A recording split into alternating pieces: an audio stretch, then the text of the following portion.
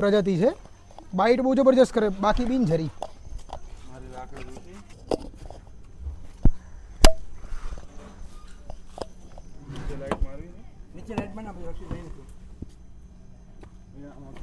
લાવો જો લાકડી જેવું લાવો જો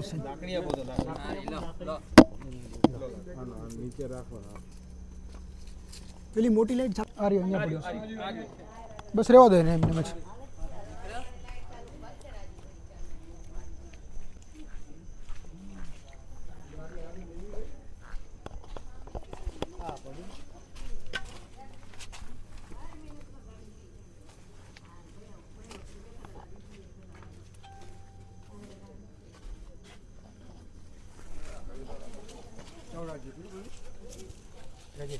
એક ડબ્બા જેવું આપો ને પ્લાસ્ટિકનું.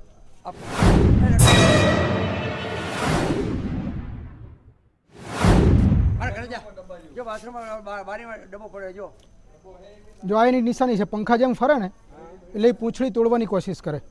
પૂંછડી તૂટે તો એ આરામથી ભાગી શકે પૂંછડી તોડી. જેમ ગરોળી પૂંછડી તોડી શકે ને આના પણ એક પૂંછડી તોડવાની એક રચના હોય છે એમાં શરીરમાં. બચકું બહુ જોરદાર ભરે પણ બાકી બિનઝેરી હોય. ચેકડ કિલબેક કહેવાય. કિલબેક ચેકડ એક પ્રકારની સ્પીસીસ છે સાપની, જે પોતાને છે ને ઝેરી હોવા જેવું એ પોતાનો દેખાવ કરે પણ હોતું નથી ઝેરી. ના, સ્પીસીસ કહેવાય આને.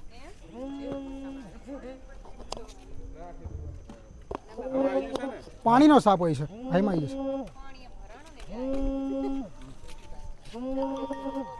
બીજું એગ્રેસિવ પ્રજાતિ છે એક પ્રકારની યાર. મતલબ તમે એને કંઈ પણ છંછેડો તો એ બાઇટ કરી જ લે એમ.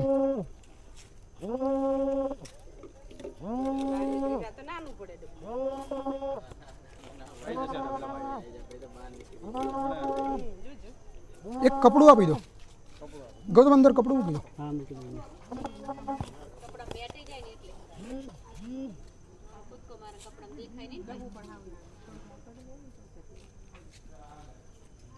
ખાસ પ્રકારે માછલી અને દેડકાઓ એનો પ્રિય ખોરાક હોય છે. પાણીનું જ્યાં વહેણ જતું હોય ને ત્યાં ઘાત લગાવીને બેસે ને માછલી નીકળે તો પકડી લે તરત.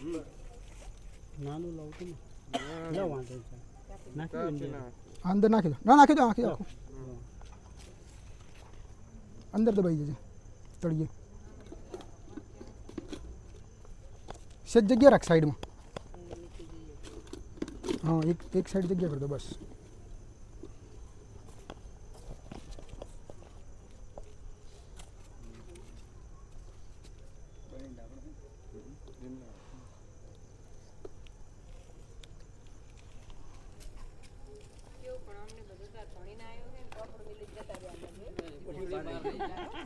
આ તો હું લઈ લઉં.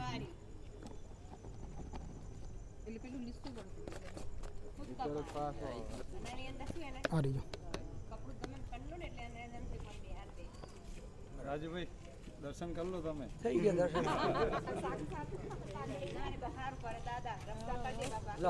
લો કઈ જ નહીં. નમસ્કાર મિત્રો, જે સાપને આપણે રેસ્ક્યુ કર્યો છે અને આપણે અહીંયા છોડીએ છીએ, એક પ્રકારનો આ એક સાપ હોય છે કે જે પાણીમાં રહેતો સાપ છે અને બિનઝેરી સાપ હોય છે. એ સાપને આપણે રેસ્ક્યુ કર્યો છે.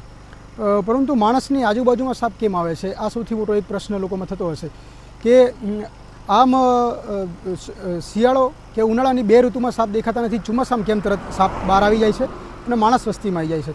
તો મિત્રો, સાપ એક જે છે એ કોલ્ડ બ્લડેડ એક સ્પીસીસ છે અને સાપને જ્યારે વરસાદ પડે તો એ જે પણ દરમાં રહેતા હોય, મતલબ પોતાનો દર સાપ ક્યારેય બનાવતા નથી, પણ ઉંદર કે બીજા કોઈ પણ જાનવરોના દરમાં એ ઘૂસી જાય. જ્યારે પાણી અંદર દરમાં ઘૂસે તો એ બહાર નીકળે છે પોતાનો જીવ બચાવવા માટે.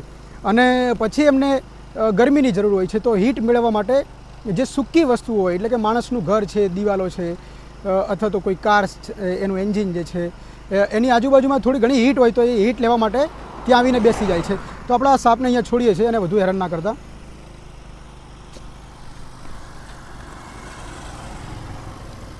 મિત્રો, જીવો અને જીવવા દો, આ પ્રકૃતિનો નિયમ છે. સાપને અમે કેમ બચાવીએ છીએ? કારણ કે સાપ પણ એક પ્રકૃતિની અહમ ભૂમિકા છે અને એક રચના છે પ્રકૃતિની, તો એને પણ આપણે જીવન આપવું એ જરૂરી છે. લોકો મારી નાખતા હોય છે, પણ આપણા એક પ્રયાસથી એને નવું જીવન મળે છે એનો આપણને આનંદ છે. સાપ ક્યારેય જાણી જોઈને કોઈને મારવા જતો નથી.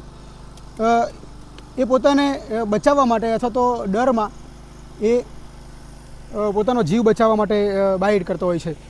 સાપને આપણે અહીંયા રિલીઝ કરી દીધો છે. હવે પોતાનું બાકીનું જીવન છે એ કુદરતી રીતે જીવશે.